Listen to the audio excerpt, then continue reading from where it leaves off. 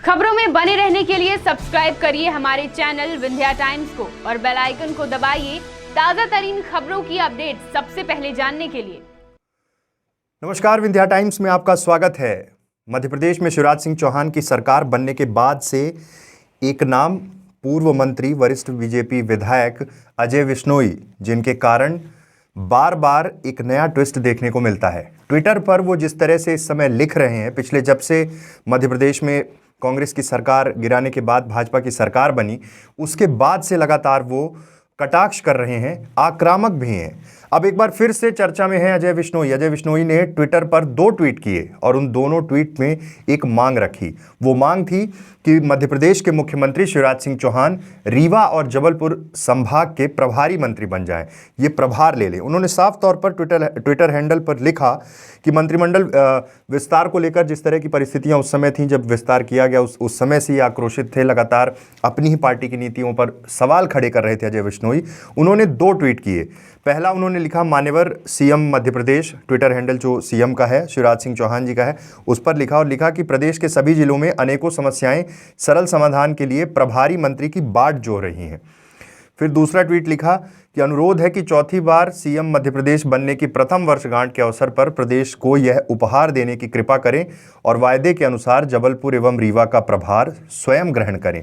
अभी कुछ दिन पहले ही वरिष्ठ विधायक अजय विश्नोई ट्विटर पर ट्वीट कर कि अब विंध्य और महाकौशल सिर्फ फड़फड़ा सकते हैं जैसी चीज़ें लिखी थी। उसके बाद कहीं ना कहीं बीजेपी बैकफुट में थी, लेकिन बीजेपी के नेता इस बारे में कुछ भी बोलने से कुछ भी खुलकर नहीं बोल रहे थे। उसका कारण सिर्फ ये था कि वो जानते थे कि जिस चीज़ को, जिस नब्ज को अजय विश्नोई पकड़ रहे हैं, उससे कहीं ना कहीं जनता में एक मैसेज जा सकता है।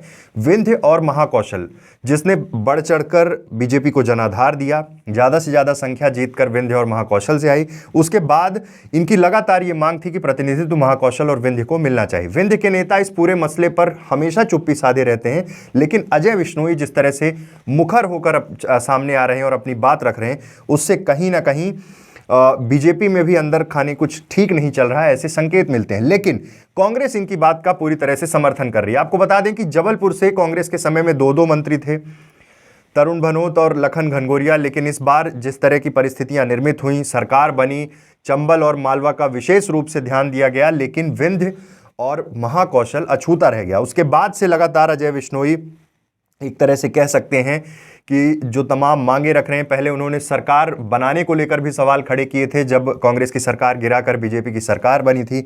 उसके बाद भाजपा की नैतिकता की बात कर रहे थे, उसके बाद संगठन और जमीनी कार्यकर्ता का जिक्र कर रहे थे, और हर बार ऐसा रहा है कि अजय विश्नोई आक्रामक रहे हैं।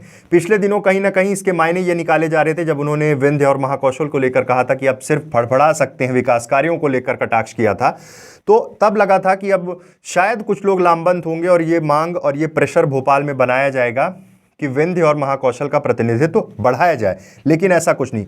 और अब ये मांग कर दी है कि छोटी छोटी चीज़ों के लिए आम जनता को परेशान होना पड़ता है।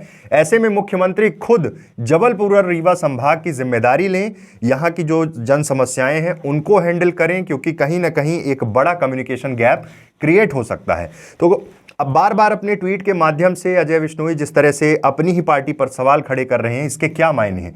आगे आने वाले समय में और परिस्थितियां साफ होंगी कि आखिर उनकी ये बगावत वाली लाइनें कितनी कारगर होती हैं, क्या इस पर संगठन और सरकार ध्यान देती है कि नहीं। बहुत बहुत धन्यवाद।